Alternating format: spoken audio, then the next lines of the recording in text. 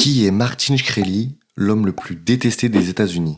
Alors déjà, le monsieur est un entrepreneur à succès qui a créé plusieurs sociétés spécialisées dans le domaine de la santé. Salut à toi, jeune entrepreneur. Et en gros, sa technique pour se faire de l'argent, c'est d'acheter des brevets de médicaments peu coûteux et d'augmenter drastiquement les prix de vente. Il commence en 2014 où il va racheter les droits d'un médicament luttant contre une maladie rare, la cystinurie, et il va multiplier le prix par 20. Un an plus tard, il n'en démord pas et acquiert cette fois-ci les droits pour le Daraprim, qui lutte contre le sida et le paludisme. Il multiplie alors le prix de vente par 55. La boîte qui coûtait à l'origine 13,50$ coûte maintenant 750$. Et c'est à ce moment-là qu'il obtient le surnom de l'homme le plus détesté des États-Unis. Bien fait!